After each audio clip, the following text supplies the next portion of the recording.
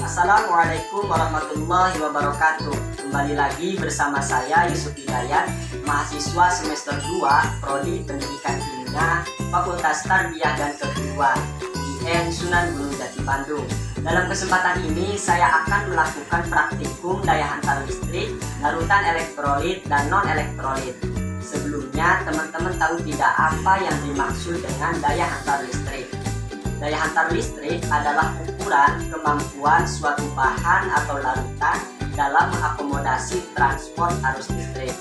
Nah, berdasarkan daya hantar listrik inilah suatu larutan dapat diklasifikasikan menjadi dua macam, yaitu larutan elektrolit dan non-elektrolit.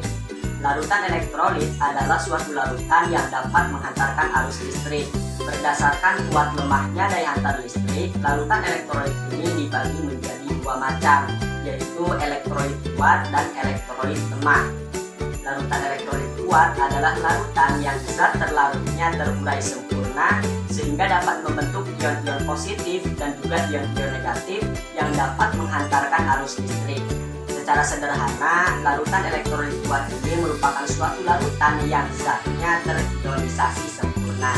Sedangkan larutan elektrolit lemah adalah larutan yang daya hantar listriknya lemah dan mengandung zat yang hanya sebagian kecil membentuk ion-ion ketika larut dalam air. Atau singkatnya, larutan elektrolit lemah ini adalah larutan yang zatnya terionisasi sebagian. Adapun larutan non-elektrolit merupakan kebalikan dari larutan elektrolit. Larutan non-elektrolit adalah suatu larutan yang tidak dapat menghantarkan arus listrik. Hal ini terjadi karena suatu zat yang terkandung di dalamnya tidak dapat membentuk ion-ion dan tidak dapat bergerak bebas dalam pelarutnya.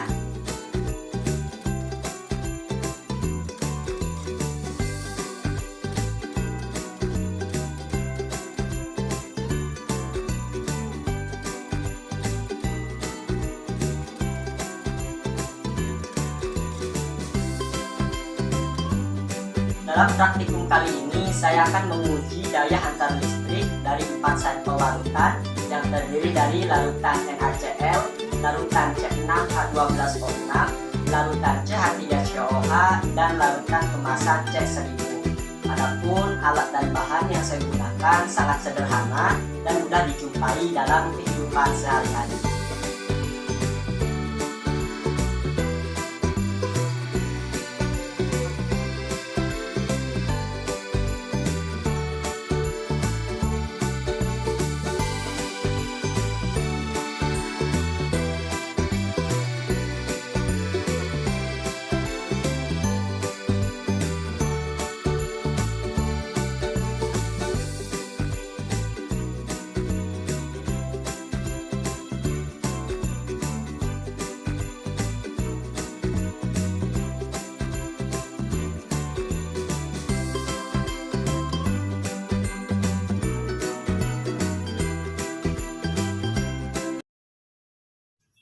Setelah semua alat dan bahan sudah siap, masukkan elektroda ke dalam gelas yang berisi larutan NaCl.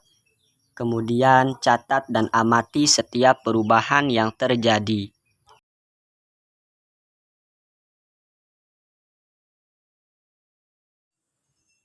Setelah elektroda dikeringkan, kemudian masukkan elektroda tersebut ke dalam gelas yang berisi larutan C6H12O6. Catat dan amati setiap perubahan yang terjadi.